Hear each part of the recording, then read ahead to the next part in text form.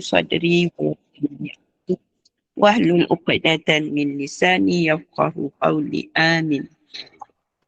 Assalamualaikum warahmatullahi wabarakatuh. Diucapkan kepada yang berbahagia Ustaz Farid bin Syari, juga kepada yang berusaha Puan Rosniyatin Mansur, pengurusi Gemah Nur Iman dan juga barisan AJK-nya, dan juga kepada semua jemaah yang telah berada di dalam talian. Syukur Alhamdulillah, dengan izin Allah kita dapat bersama-sama lagi dalam kuliah ilmu pada petang ini, iaitu kuliah asar yang dianjurkan oleh Gemah Nur Iman, yang akan dipimpin oleh yang berbahagia Ustaz Imam Farid bin Syari, insya-Allah. Bagi memberkati majlis pada petang ini, marilah kita sama-sama membaca Ummul Kitab yang akan dipimpin oleh yang berbahagia Ustaz. Al-Fatihah. أعوذ بالله من الشيطان الرجيم. بسم الله الرحمن الرحيم. الحمد لله رب العالمين الرحمن الرحيم مالك يوم الدين إياك نعبد وإياك نستعين اهدنا الصراط المستقيم صراط الذين أنعمت عليهم غير المغضوب عليهم ولا الضالين. Amin, amin ya rabbal alamin. Kelas kuliah asal kita pada petang ini adalah untuk slot hadis 40 Imam Nawawi. Tanpa membuang masa, saya dengan segala hormatnya mempersilakan Ustaz untuk meneruskan kuliah kita. Dipersilakan Ustaz. Terima kasih pengurusi majlis, juga moderator pada petang ini. Assalamualaikum warahmatullahi ta'ala wabarakatuh. Alhamdulillah nahmaduhu wa nasta'inuhu wa nastaghfiruh wa nu'minu bihi wa natawakkalu alaih wa na'udzu billahi min syururi anfusina wa min sayyiati a'malina man yahdihillahu fala mudilla lah wa man yudlil fala hadiya lah. Ashhadu an la ilaha illallah wahdahu la syarika lah wa ashhadu anna Muhammadan abduhu wa rasuluh. Allahumma salli wa sallim ala Sayyidina Muhammad wa ala alihi fi kulli lahzatin abadan adada ni'amillahi wa ifdalih. Allahumma rabbana atina min ladunka rahmatan wa 'allimna min ladunka ilma. Subhanaka la ilma lana illa ma 'allamtana innaka antal alimul hakim. نوينا التعلم والتعليم والتذكر والتذكير والنفع والانتفاع والإفادة والاستفادة والحث على التمسك بكتاب الله العزيز وسنة رسوله والدعاء إلى الهدى والدلالة على الخير ابتغاء وجه الله ورضائه وقربه وثوابه سبحانه.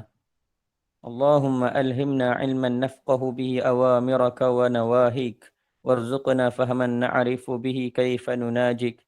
اللهم إنا نسألك فهم النبيين وحفظ المرسلين وإلهام الملائكة المقربين. اللهم أغننا بالعلم وزينا بالحلم وأكرمنا بالتقوى وجملنا بالعافية يا أرحم الراحمين. اللهم إنا نستودعك ما قرأناه أو نقرأه في هذا المجلس وما قبله وما بعده، فاحفظه علينا حتى ترده إلينا وقت احتياجنا إليه. اللهم أكرمنا بنور الفهم وأخرجنا من ظلمات الوهم وافتح لنا أبواب رحمتك وانشر علينا حكمتك يا أرحم الراحمين. رب اشرح لي صدري ويسر لي أمري واحلل عقدة من لساني يفقه قولي أما بعد. Alhamdulillah, kita bersyukur kepada Allah Subhanahu wa taala kerana Allah Ta'ala masih beri peluang kepada kita untuk sama-sama kita terus berada dalam majlis ilmu, terus berada dalam jalan-jalan kebaikan. Dan juga Allah Subhanahu wa taala masih lagi pilih kita untuk sama-sama mengikuti pengajian ilmu, pengajian hadis dan lain-lain. Semoga Allah Ta'ala menjadikan kita istiqamah, memberikan istiqamah kepada kita sehingga kita dapat mempelajari ilmu agama Allah Subhanahu wa taala serta mengamalkannya dan menyampaikannya sehingga kita mati. Dan juga taklah rasa tak terlambatlah lagi saya nak ucapkan selamat hari raya. Kullu amin wa antum bi khair. Minal aidin wal faizin. Dan saya selamat hari raya Aidil Fitri. Dan mohon maaf segala kekurangan sepanjang berada bersama dengan JNI ini. Semoga kita dapat berterusan dalam menimba ilmu ini dan juga sama-samalah kita bermaaf-maafan, walaupun kata maaf-maaf tu, bermaafan itu biasanya orang buat hari raya, tapi sentiasa kita dalam kehidupan kita, kita sentiasa berterusan menjadi orang yang pemaaf. Satu, kita minta maaf pada orang lain. Satu lagi, kita menjadi orang yang sentiasa bersifat pemaaf. Jadi bila kita sentiasa memaafkan orang lain, maka takkan terbuku dalam hati kita sifat-sifat buruk, dendam dan sebagainya. Mudah-mudahan Allah Ta'ala kurniakan kepada sifat tersebut kepada saya dan tuan-tuan perempuan yang berada dalam majlis ini, insya-Allah. Jadi pada sebelum Ramadan itu kita selesai daripada hadis yang ke-10. Selesai daripada hadis yang ke-10. Jadi pada kali ini kita terus kepada membincangkan ataupun muzakarah hadis yang ke-11. Hadis yang ke-11 dalam kitab Al-Wafi ini, yang cetakan pustaka Salam, itu muka surat 124. Hadis ke-11.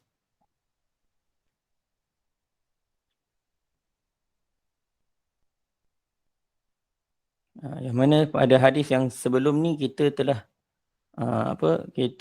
bincangkan tentang perkara yang halal dan haram, kan? Perkara yang halal dan haram. Jadi dan seterusnya, kesinambungan daripadanya ialah perkara-perkara yang syubhah. Perkara-perkara yang syubhah, iaitu bila kita dah tahu halal, dah tahu haram, maka ataupun kita dah tahu perkara-perkara yang syubhah, maka didatangkan. Maka Imam Nawawi rahmatullah alaih bawa hadis cerita tentang benda yang yakin halal, yakin betul, ambil. Tapi kalau benda tu ada syubhah, tinggalkan. Jadi dibawa hadis tentang mengambil yang diyakini dan meninggalkan syubhat.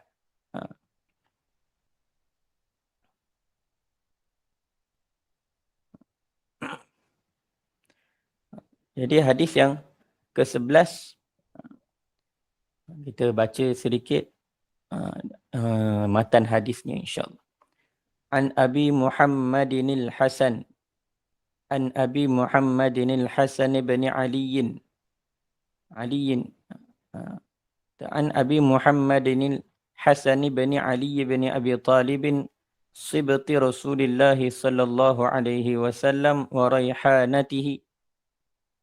Qala hafiztu min Rasulillah sallallahu alaihi wasallam da' ma yaribuka ila ma la yaribuk.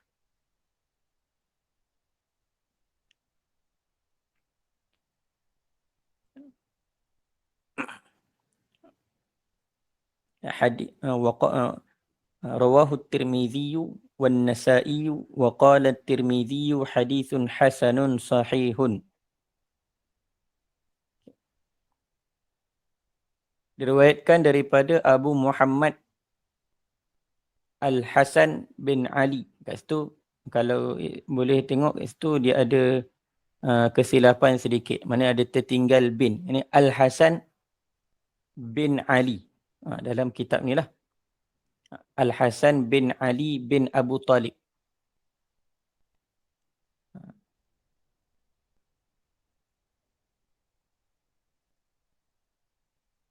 Ini cucu Rasulullah sallallahu alaihi wasallam wa raihanatihi dan penawar hati baginda.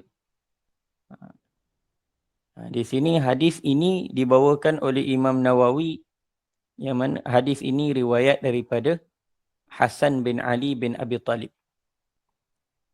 Al-Hasan iaitu cucu baginda sallallahu alaihi wasallam.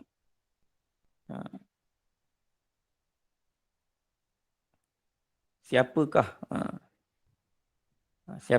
Hasan bin Ali bin Abi Talib ini? Yang kita tahu secara umumnya ialah cucu baginda sallallahu alaihi wasallam. Yang mana Sayyidina Hasan bin Ali bin Abi Talib, beliau ni lahir pada 15 Ramadan tahun 3 Hijrah. Tahun 3 Hijrah dan wafat pada 28 Safar 50 Hijrah.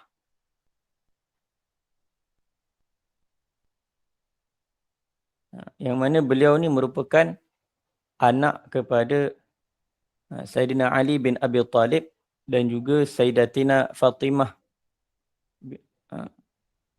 binti Rasulullah sallallahu alaihi wasallam. Yang mana 28 Safar 50 Hijrah.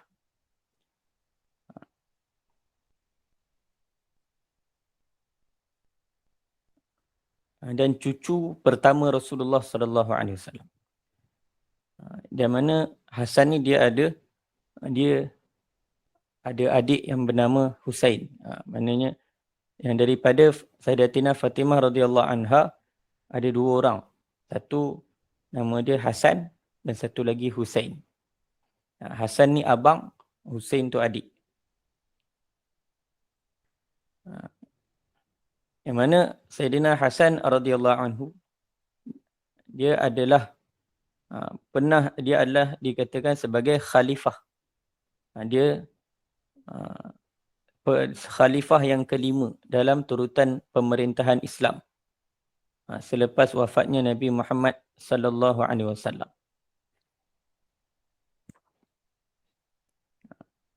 Imam Ibnu Katsir dan Ibnu Hajar rahmatullahi alaihi kata dia adalah khalifah yang kelima dan terakhir sebagai khalifah sejati. Ini betul-betul khalifah ni sampai Sayyidina Hasan. Selepas tu dia hanya title saja khalifah. Dia tidak sebab apa khalifah yang sebelum khalifah yang betul-betul dikatakan khalifah daripada Sayyidina Abu Bakar radhiyallahu anhu sampailah Sayyidina Hasan radhiyallahu anhu.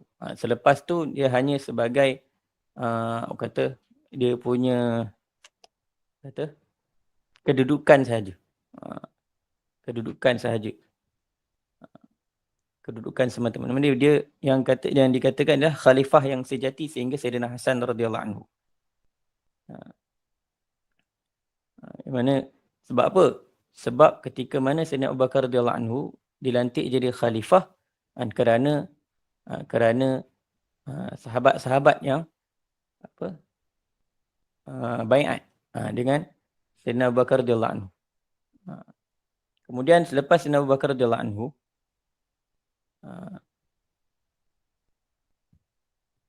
dilantik Sayyidina Umar radhiyallahu anhu kerana apa? Kerana ada kata-kata Nabi sallallahu alaihi wasallam. Mana kat sini banyaklah sejarah-sejarah lantikan khalifah tersebut. Dia ada lantikan khalifah ini sama ada berdasarkan kata-kata ataupun berdasarkan mana dia dilantik daripada ketika mana khalifah sebelumnya masih hidup. Ada yang dilantik berdasarkan syura. Ada ahli majlis syura, mereka bermesyuarat dan mereka lah yang menentukan siapa yang jadi khalifah. Sebagaimana pada zaman Sayyidina Sayyidina Umar radhiyallahu anhu, baginda beliau ada beberapa orang yang dilantik sebagai ahli mesyuarat. Sayyidina Umar radhiyallahu anhu ada lantik beberapa orang di kalangan sahabat-sahabat, beberapa dia jadi ahli mesyuarat. Maka bila ditinggalkan dengan keadaan ada syura-syura tadi, ahli mesyuarat tadi, bila saat kewafatan Sayyidina Umar radhiyallahu anhu, maka dilantik berdasarkan mesyuarat. Berdasarkan mesyuarat siapakah yang layak untuk dilantik jadi khalifah. Jadi daripada yang dikatakan khalifah yang sejati, yang terakhir sebagai khalifah yang tulen khalifah ialah Sayyidina Hasan radhiyallahu anhu.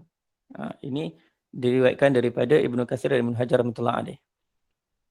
Dan Sayyidina Hasan radhiyallahu anhu juga terkenal dengan kemurahan hati, keprihatinan terhadap orang miskin, kebaikan, kecerdasan, dan juga keberanian. Satu orang yang beranilah, dia mewarisi ayahnya. 7 tahun pertama kehidupan Sayyidina Hasan radhiyallahu anhu dihabiskan bersama datuknya, iaitu daripada Nabi SAW. Seperti Hasan, ada sabda Nabi SAW tentang dia dan adiknya, iaitu Hasan dan Husain adalah pemimpin pemuda syurga. Peristiwa paling penting dalam masa kanak-kanak ialah Sayyidina Hasan radhiyallahu anhu menyertai acara mubahalah, dipanggil Ibnana. Maknanya dalam banyak. Dan juga boleh kita lihat banyak dalam sejarah-sejarah.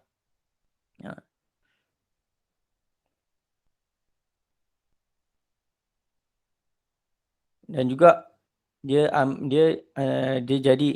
jadi khalifah, antara yang dia ambil khalifah sekejap sahaja. Kerana apa? Tidak inginkan perpecahan. Dia datang, boleh lihat dalam sejarah khalifah bagaimana perubahan daripada Sayyidina Hasan radhiyallahu anhu kepada Sayyidina Muawiyah radhiyallahu anhu. Kat sini kita tak bolehlah untuk kita mencela mana-mana sahabat. Walaupun kita nampak ada berlaku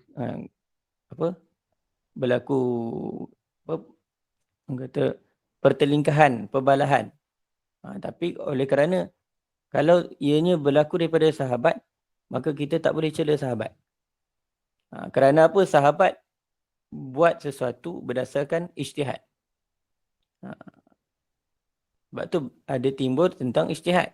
Kata man ijtahada fa asaba. Maka kalau dia kata kalaulah ada seorang tu berijtihad dan ijtihadnya betul. Kalau seorang tu berijtihad dan ijtihadnya betul, maka dia akan dapat 2 pahala. Tapi kalau dia ijtihad dan ijtihadnya salah, maka dia dapat 1 pahala. Itu berdasarkan hadis tu.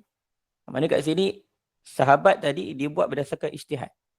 Jadi kita tak boleh nak mencela mana-mana sahabat kerana apa yang berlaku berdasarkan daripada ijtihad sahabat. Ketika mana Nabi SAW masih hidup, maka sahabat berpandukan kepada baginda SAW. Tapi apabila baginda SAW telah wafat, maka sahabat dia ijtihad. Jadi atas dasar ijtihad tersebut kadang boleh juga berlaku perselisihan. Jadi oleh kerana Sayyidina Muawiyah radhiyallahu anhu pun adalah sahabat, maka kita tak boleh kita nak mencelanya. Sebab dia pun sahabat. Yang mana sahabat ni dah diisytiharkan. Allah Ta'ala dah isytiharkan keredaan dia ketika mana mereka berada di atas dunia ni lagi. Seperti mana dalam ayat Quran, was-sabiquna al-awwalun minal muhajirin wal ansar wallazina ittaba'uuhum bi ihsanin radhiyallahu anhum wa radu an Wassabiqunal awwalun, orang-orang yang telah mendahului di kalangan orang-orang muhajirin dan ansar. Maknanya kat sini sahabat lah. Wallazina taba'uhum bi ihsan, dan orang yang mengikuti mereka dengan ihsan. Radhiyallahu anhum wa radu'an. Allah Ta'ala dah isytiharkan keredaan Allah Ta'ala pada mereka. Radhiyallahu, Allah Ta'ala meredai mereka, wa radu'an, dan mereka juga reda terhadap Allah Ta'ala. Jadi oleh kerana mereka ni dah dapat dah, Allah Ta'ala dah isytiharkan keredaan Allah Ta'ala terhadap mereka. Jadi kita tak boleh, maknanya kita tak boleh kata, kita tak boleh mencela sahabat. Maknanya bab sahabat ni kita kalau berlakunya perselisihan, maka kita serahkan pada Allah Ta'ala. Jadi benda tu kita diamkan sahaja. Okay. Itu sedikitlah mengenai Sayyidina Hasan radhiyallahu anhu.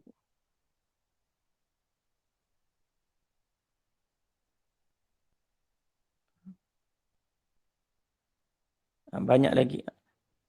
Mana untuk kita tahu dengan mendalam kisah dia, kita rujuklah kitab-kitab tarikh, kitab-kitab sejarah, kitab-kitab sirah dan sebagainya yang menceritakan tentang perkara tersebut. Cuma kita kena pilih betul-betul lah dalam bab sejarah, nak baca kisah Sayyidina Hasan ni. Kadang-kadang dia punya pengarang tu dia dah ke arah kepada ke arah Syiah. Sebab apa dia yang mengarang ni banyak cerita tentang Sayyidina Hasan ni, yang tentang ahli baik ni. Kita kena telitilah penulisan-penulisan dia. Kadang-kadang kecenderungannya tu kepada Syiah. Jadi kita kena berhati-hati.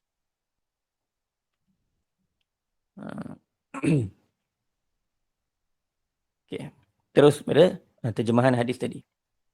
Beliau berkata, aku menghafal daripada Rasulullah sallallahu alaihi wasallam, tinggalkanlah apa yang meragukanmu kepada apa yang tidak meragukanmu. Maksudnya da' ma yaribuka ila ma la yaribuka. Rawahu Tirmizi. Hadis telah meriwayatkannya oleh Imam At-Tirmizi dan juga Imam An-Nasai. Wa qala At-Tirmizi, dan Imam Tirmizi rahmatullah alaihi telah berkata, hadis ini ialah hadis hasan sahih. Hadis hasan sahih.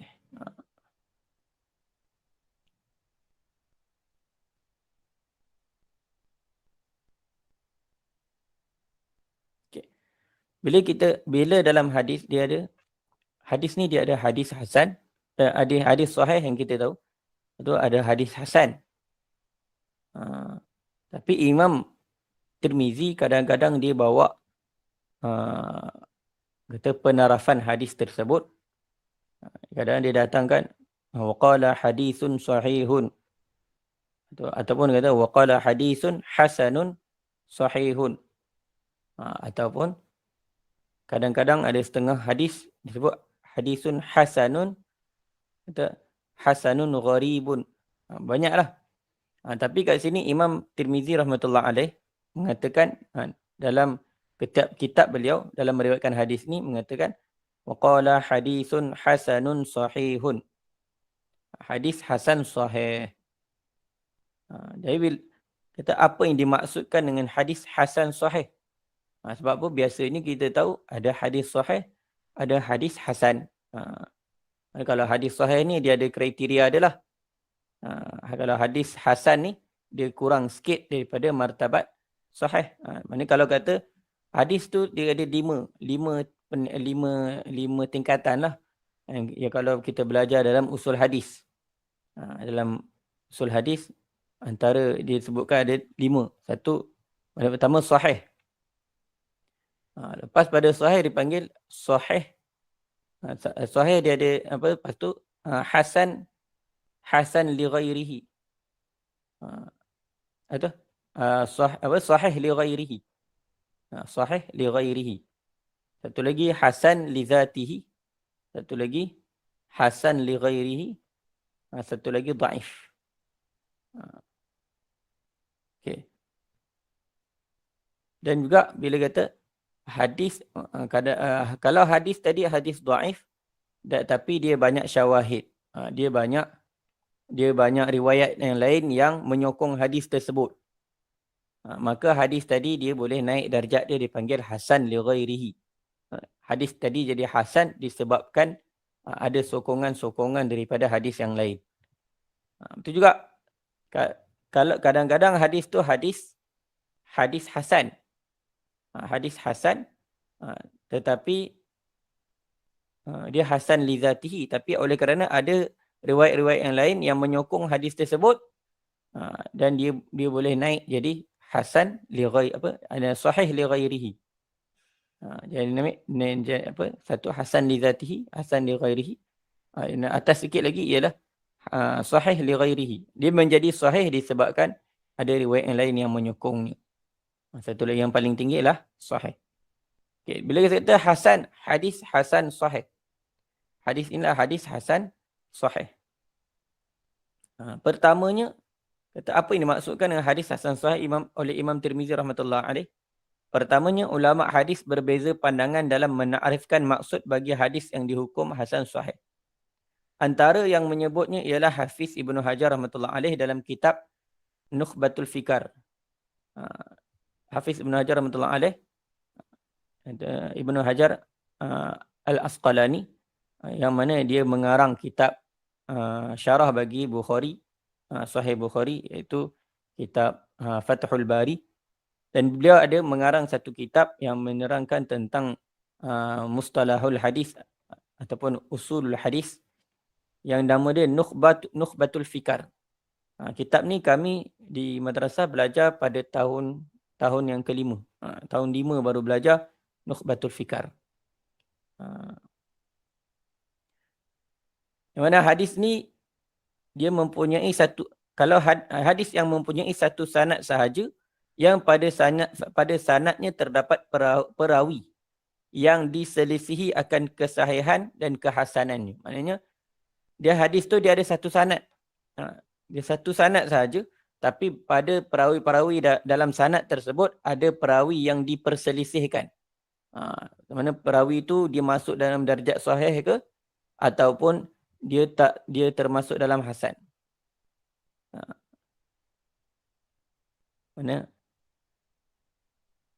Maka hadis tersebut menjadi sahih di sisi perawi yang mensahihkannya dan menjadi hasan di sisi perawi yang menghasankannya.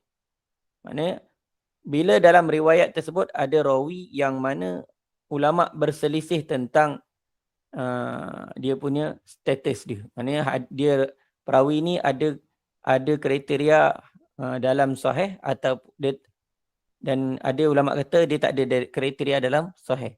Maknanya dia hasan. Maka ada perawi kata sahih, ada perawi kata hasan. Maka hadis tersebut akan dikategorikan sebagai hadis hasan sahih. Itu satu. Ataupun yang kedua ialah hadis yang padanya terdapat dua sanad. Hadis tu dia ada dua sanad. Mana salah satu sanad dia sanad dia sahih, salah satu lagi ialah hasan. Dia ada dua sanad. Hadis yang sama dia ada dua jalur. Dia ada dua jalur. Maka satu jalur tu dikatakan dia hadis tu riwayatnya sahih. Jalur dia sahih semua.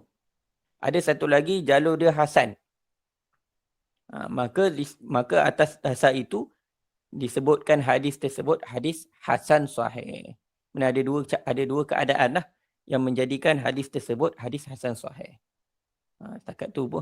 Setakat itulah kita faham. Imam Tirmizi rahmatullah alaih telah meriwayatkan hadis ini dalam kitab Sifatu Yaumil Qiyamah. Sifatul Qiyamah. Hadis riwayat Imam Tirmizi. Imam Tirmizi riwayatkan hadis ini dalam kitab. Dia ada 3 tempat lah. Pertama, Kitabu Sifatil Qiyamah. Satu lagi Kitabul Raqaiq. Satu lagi Kitabul Wara'. Dia bawa hadis ni pada 3 tempat.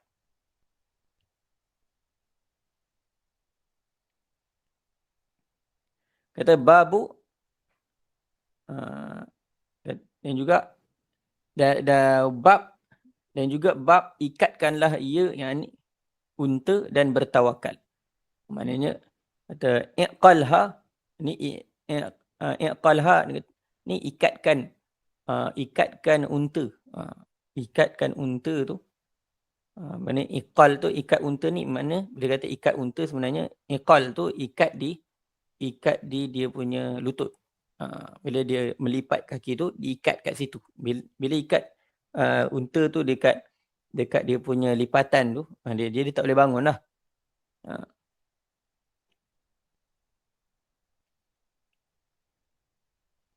Wa tawakkal. Ini bab ikatkanlah unta dan bertawakal. Bertawakallah. Itu nombor hadis 2520.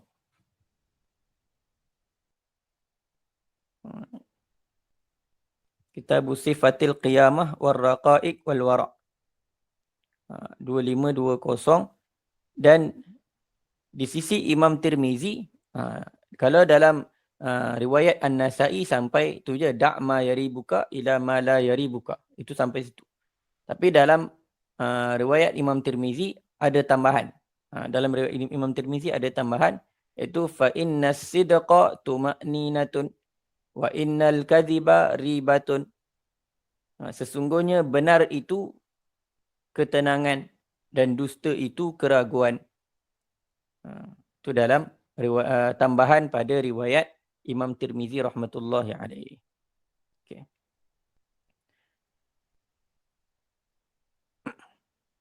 Dan hadis ini dibawa oleh Imam Nawawi rahmatullahi alaihi nak menunjukkan hadis ini penting, yang mana walau kat sini Imam Tirmizi bawa hadis ni ialah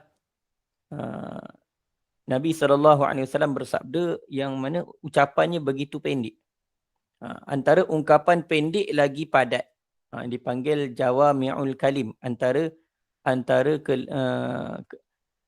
sifat Nabi SAW ialah baginda SAW, ucapan baginda ucapannya dengan lafaz yang ungkapan yang pendek tetapi mempunyai makna yang mendalam. Maknanya pendek lagi padat. Short and sharp. Maknanya bila cakap, dia perkataan dia, lafaz-lafaz dia sikit je tapi mempunyai makna yang begitu mendalam. Dan juga dia jadi asas. Dia jadi asas kepada perkara-perkara lain. Ini pendek lagi padat daripada baginda Rasulullah SAW. Dan juga merupakan di antara hikmah nabawiyah yang tinggi. Antara hikmah daripada baginda SAW adalah perkataan baginda, yang ucapan baginda pendek sahaja tetapi maknanya begitu mendalam. Iaitu dengan beberapa kalimah sahaja baginda SAW telah dapat meletakkan satu kaedah yang besar dalam agama kita Islam. Maknanya walaupun bendanya kata ayat pendek je, da' ma yaribuka ila ma la yaribuka. Tinggalkan benda yang meragukan engkau kepada benda yang tak meragukan. Nampak pendek tapi dia menjadi satu asas yang besar. Menjadi satu asas yang besar dalam agama. Iaitu meninggalkan perkara-perkara syubhat serta beriltizam dengan yang halal dan meyakinkan. Oleh sebab itu Ibnu Hajar Al-Haytami telah menyebut di akhir penjelasannya terhadap hadis ini. Di sini disebut Ibnu Hajar Al-Haytami. Kita kena satu orang kata satu info lah. Ibnu Hajar ni dalam ilmu, dalam pengajian ilmu ini dia ada dua orang. Satu Ibnu Hajar Al-Haytami, satu lagi Ibnu Hajar Al-Asqalani. Dan dua-dua ni beza dia punya bidang. Ibnu Hajar Al-Asqalani dia lebih kepada hadis.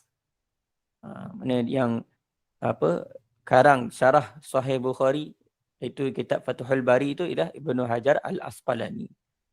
Satu lagi Ibnu Hajar Al-Haytami ialah di dalam bidang fiqh, dalam mazhab Syafi'i.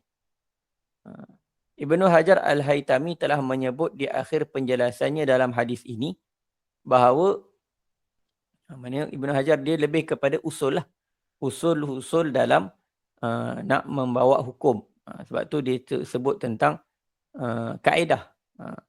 Ibnu Hajar Al-Haytami menyebut di akhir penjelasannya terhadap hadis ini bahawa hadis ini adalah salah satu daripada kaedah-kaedah besar yang terdapat dalam Islam. Juga salah satu asas kepada persoalan warak yang menjadi dasar bagi orang-orang yang bertakwa dan merupakan penyelamat daripada kegelapan syak dan waham yang menghalang daripada cahaya keyakinan.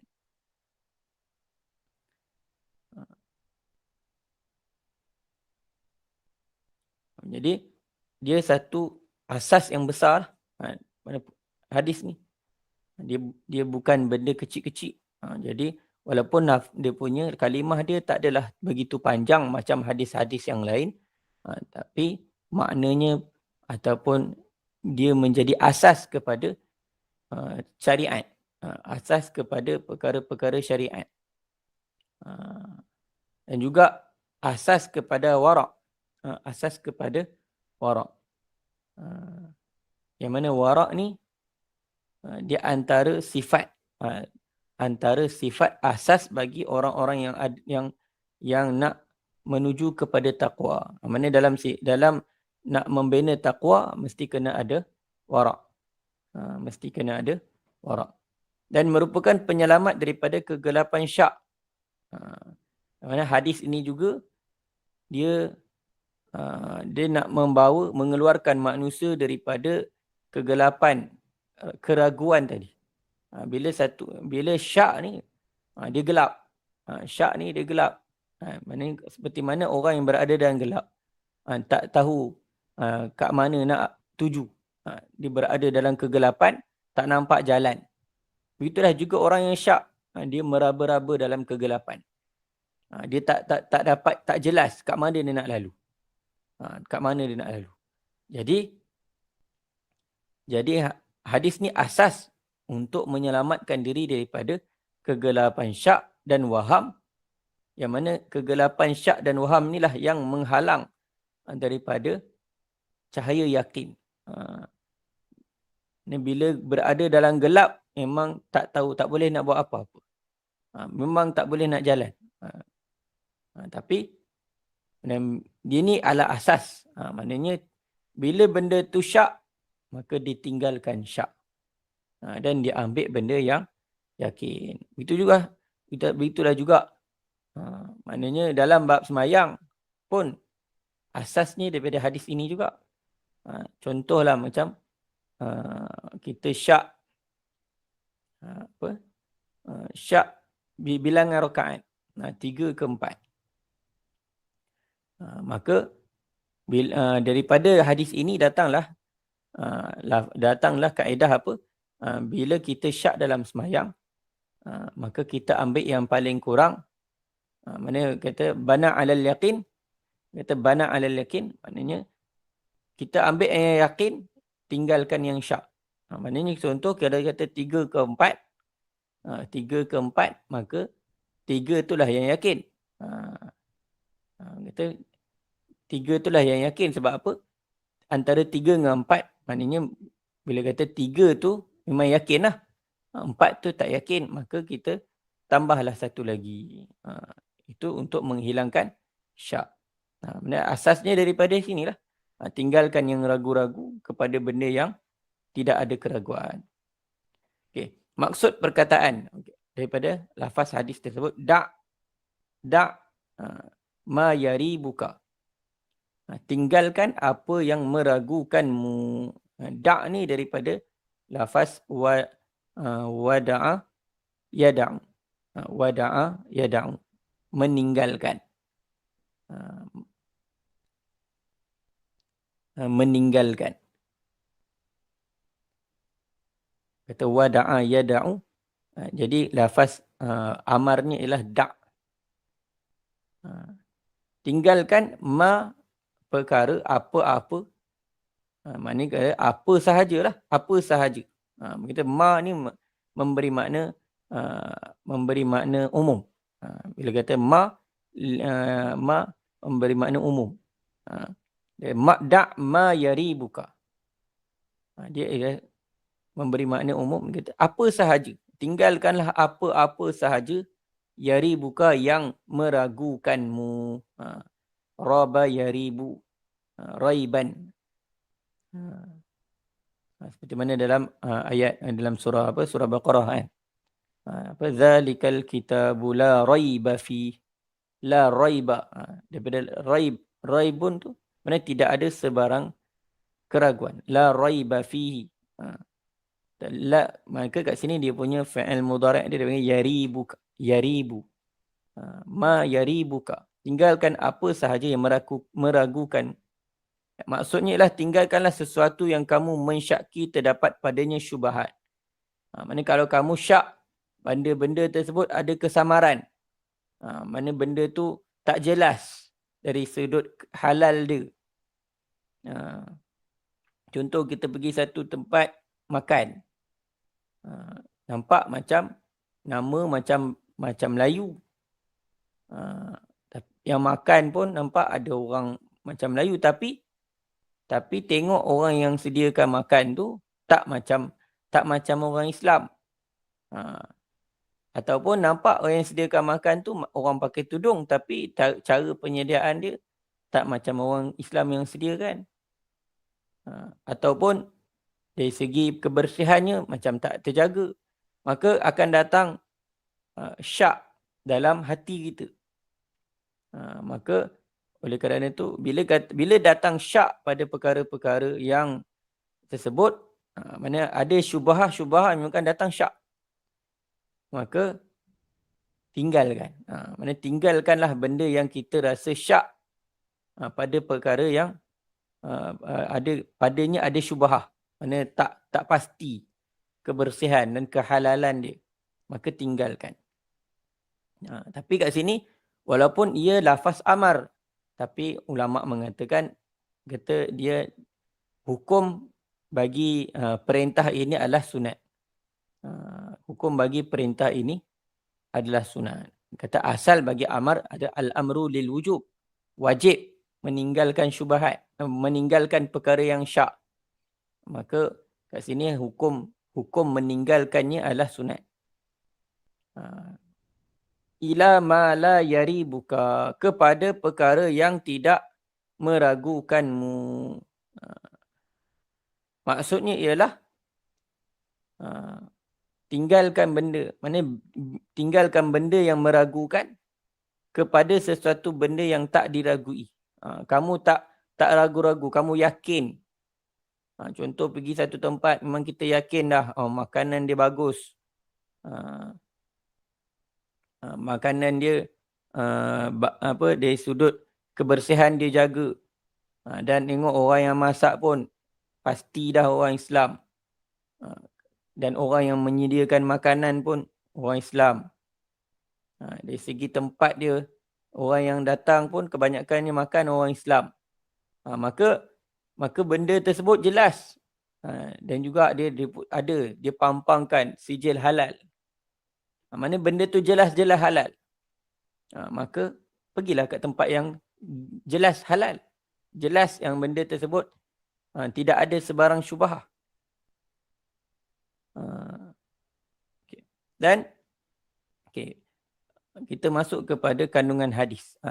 Itu pertama dalam hadis ini yang dibincangkan ialah pertamanya ialah meninggalkan perkara-perkara yang syubhat. Sebagaimana dalam hadis yang sebelum ni kata innal halala bayyinun wal harama bayyinun wa bainahuma umurun mushtabihatun.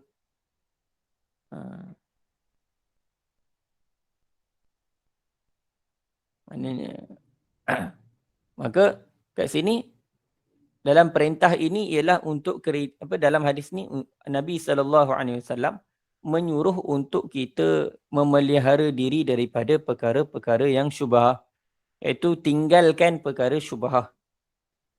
Benda yang padanya terdapat syubhah ditinggalkan. Sesungguhnya meninggalkan perkara-perkara syubhat yang terdapat dalam ibadat, perkara-perkara syubhat yang dalam ibadat, atau yang keduanya ataupun muamalat, dalam jual beli, hutang piutang, apa lagi, sewa menyewa dan sebagainya. Kadang-kadang ada berlaku perkara-perkara syubhah.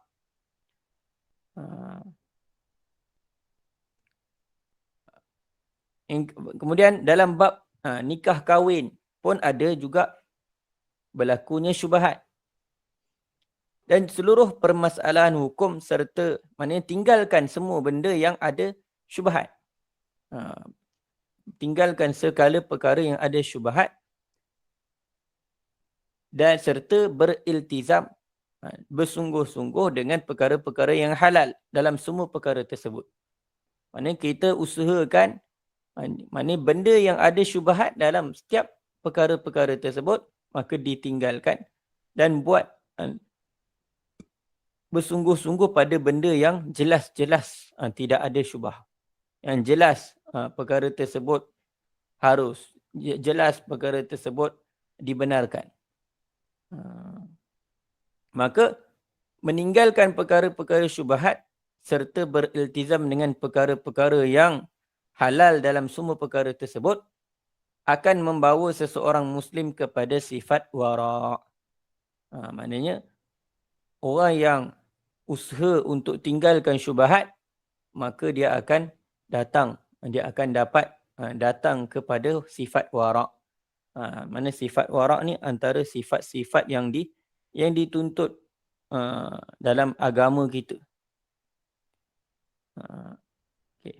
Dan wara' ini kalau dari segi terjemahnya ialah kata jati diri, sifat jati diri. Kata al-wara'u fil lughati at-taqwa wat-taharruj wal kaffu 'anil maharim. Wal wari' bi kasrir ra' ar-rajulut taqiyul mutaharrij. Wal wara'u fil asli kama aslafna summa istu'ira lil kaffi 'anil mubahi wal halal. Apa maksud wara'? Wara' dari segi bahasa ialah memberi makna taqwa. Wara' dari segi bahasa ialah taqwa, sifat taqwa, takut dan memelihara diri. Kata wal kaffu 'anil maharim, menahan diri daripada perkara-perkara yang haram. Itu asal taqwa, asal wara'. Kemudian dipinjamkan lafaz wara' itu kepada makna apa? Al-kaffu 'anil mubahi wal halal. Menahan diri daripada perkara yang harus, memelihara diri daripada perkara yang harus dan halal. Walaupun perkara-perkara tersebut harus, perkara-perkara tersebut halal dilakukan, tetapi dia menahan diri daripada melakukan perkara tersebut. Dan mengamalkan perkara yang lebih jelas keharusan dan kehalalannya. Walaupun dia halal, dia harus, tapi dia tahan diri daripada buat perkara tersebut, maka itu adalah tu orang tu ada sifat wara'. Kata wal wara'u fil istilah, dan wara' dari segi istilahnya ialah ijtinabus syubhat. Ini yang jelas. Ini yang dimaksudkan. Kata apa maksud wara' dari segi istilahnya ialah menghindari daripada perkara yang syubhat, dari perkara yang kesamaran di antara halal dan haram. Kerana apa? Khaufan minal wuqu'i fil muharramat. Kerana takut daripada terjatuh ke dalam perkara-perkara yang haram. Maknanya kalau benda syubhat, orang yang ada sifat wara', maka dia akan pelihara diri daripada benda-benda syubhah. Nanti kita akan lihat bagaimana ulama' dan salafus salihin terdahulu meninggalkan syubhah. Ini dari segi aqwal dan af'al ni. Dan ada dua istilah. Satu dipanggil zuhud. Satu lagi ialah wara'. Maka Hafiz Ibnul Qayyim membezakan di antara sifat wara' dan juga sifat zuhud.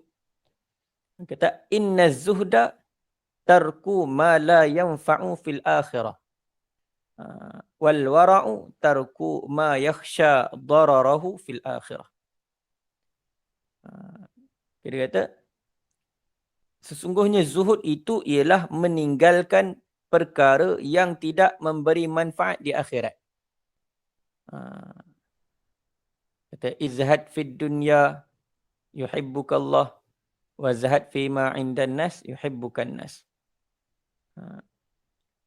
Dan sifat zuhud maksud dia ialah orang yang berpaling daripada dunia. Maknanya orang yang kata dia meninggalkan benda yang tak ada manfaat untuk dia ke akhirat. Maka dia akan buat benda yang dia berdapat manfaat ke akhirat. Itu orang zuhud. Maknanya kalau kata zuhud tu bukanlah maknanya pakaiannya compang-camping, maknanya tidak terurus. Bukan, itu bukan zuhud. Zuhud ni ialah perkara yang dalam hati dia. Dan juga dari segi amalan dia.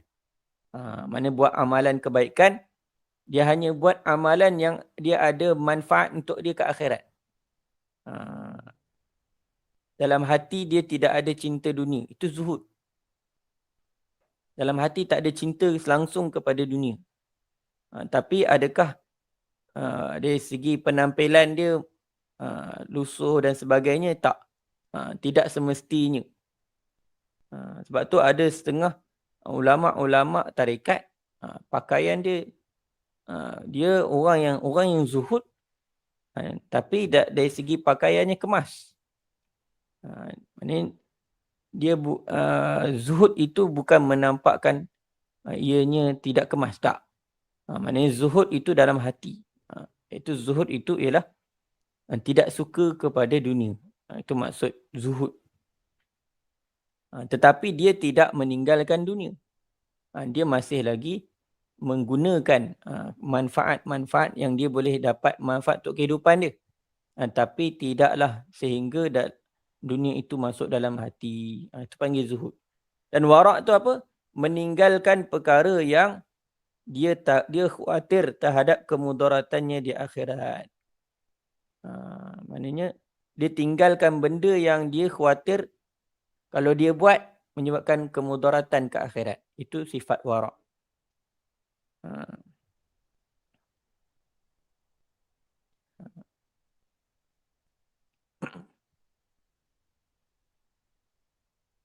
Okay. Kemudian sedikit lagi kita habiskan perenggan itu dan kita sambung untuk akan datang insya-Allah. Lepas mana ia merupakan mana antara wara' ini dia ada wara' yang wajib, ada wara' yang fasik, ada juga wara' yang sunat. Adalah kategori-kategori wara' tersebut. Dan darjat wara' ni juga dia ada beberapa darjat lah. Dia ada wara' orang yang udul. Dia ada wara' orang salihin. Wara' muttaqin. Wara' siddiqin. Dia berbezalah tingkatan wara' tersebut.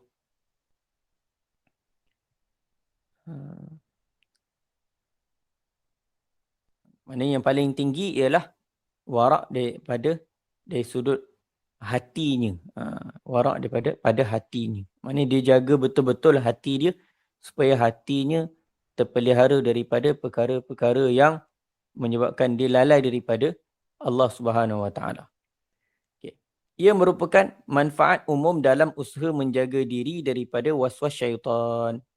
Mana ada bila mana perkara-perkara ni meninggalkan syubhat ni ialah sifat dia mendatangkan sifat warak, yang bila mana ada sifat warak maka dia akan terhindar daripada waswas syaitan, dan dia akan beri faedah dan keuntungan yang besar di dunia dan di akhirat. Itu bila mana seorang tadi ada sifat warak. Dalam hadis ke-6 yang lalu telah dinyatakan bahawa sesiapa yang berhati-hati daripada perkara-perkara syubhah, maka sesungguhnya dia telah menyelamatkan agama dan kehormatan.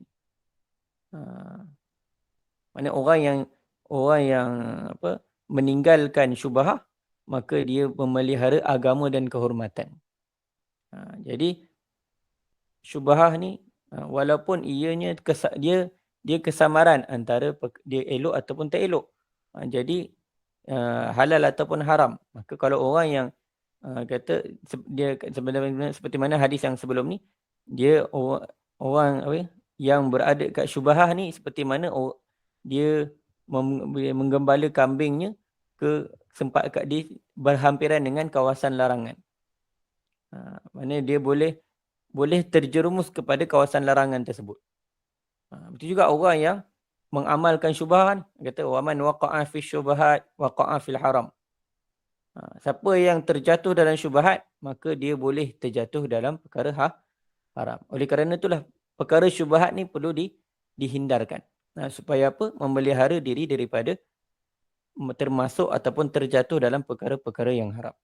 Maka sungguhnya dia telah menyelamatkan agama dan kehormatan. Mana bila jaga tidak masuk dalam perkara syubhat ataupun tidak mengamalkan benda mengambil benda-benda yang syubhat, maka dia akan terpelihara lah daripada benda yang haram. Okay. Wallahu ta'ala a'lam. Yang setakat itu sahaja untuk petang ni. Mudah-mudahan banyak manfaatnya yang kita dapat dan dapat kita sama-sama kita kita bawa dalam kehidupan kita. Dan perkara yang kemudian yang seterusnya kita akan sambung pada pertemuan yang akan datang, insya-Allah. Syukur Alhamdulillah kita telah dapat bersama-sama Ustaz untuk mengupas hadis berkenaan dengan meninggalkan perkara-perkara yang subhah. InsyaAllah apa yang telah Ustaz terangkan sebentar tadi akan memberi penjelasan yang lebih kepada kita berkenaan dengan hadis ini. Kerana betapa pentingnya kita meninggalkan perkara-perkara yang subhah, kerana dengan meninggalkan perkara-perkara yang subhah kita akan menjaga agama dan kehormatan kita. Dan jika kita tidak menjaga mengamalkan yang subhah, kita akan boleh terjatuh pada perkara-perkara yang haram. Mohon dijauhkan. Auzubillah. InsyaAllah kita akan bersama Ustaz lagi pada minggu hadapan pada hari dan waktu yang sama untuk untuk sambungan hadis. Ni ada sambungan lagi kan Ustaz? Ya. Oh ada. Okey, semoga kita akan lebih jelas lagi berkenaan dengan perkara-perkara yang subhah, insya-Allah. Semoga dengan kita berada di dalam majlis ilmu ini, Allah akan memberi kita ilmu yang bermanfaat dan yang barakah, insya-Allah. Bagi menutup majlis, mohon Ustaz membacakan doa tasbih kafarah dan surah Al-As. Dipersilakan Ustaz. Subhanakallahumma wa bihamdika asyhadu an la ilaha illa anta astaghfiruka wa atubu ilaik. Bismillahirrahmanirrahim. Al-'asri innal insana lafi khusr illa alladhina amanu wa 'amilus salihat wa tawasaw bil haqqi wa tawasaw bis sabr. Assalamualaikum warahmatullahi wabarakatuh.